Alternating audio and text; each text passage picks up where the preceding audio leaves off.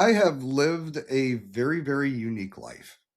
I started my life out on the west side of Detroit. I spent the majority of my youth as a cyber criminal. I'm an ex-black hat hacker. I'm a former retired member of a multiple one percenter outlaw motorcycle clubs.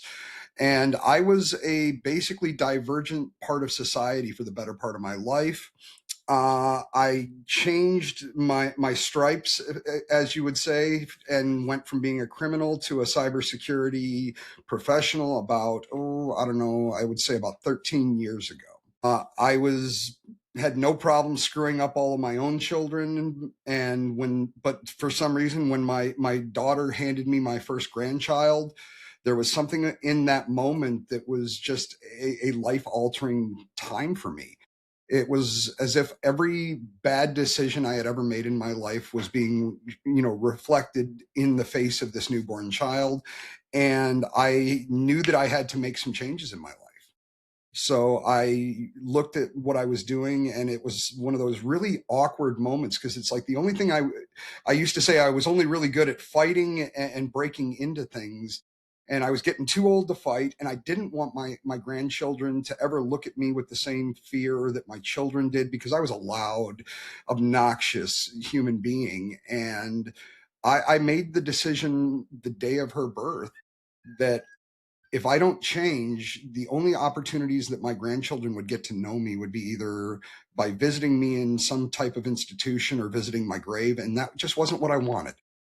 So I took the skills that I had learned as a cyber criminal, and I've turned around and used those same skills and become one of the most well recognized cybersecurity professionals in the world.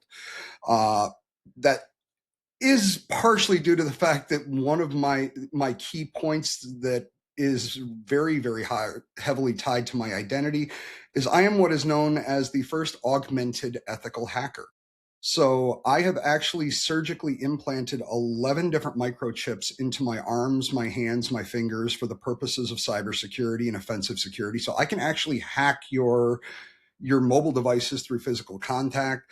I have magnets in my fingers, which is really unique because Fascinating. that actually doesn't really do much from a cybersecurity perspective. But what that does do is it actually opens up me as an individual to gaining an additional sense that I wasn't born with. It's called magnetic vision.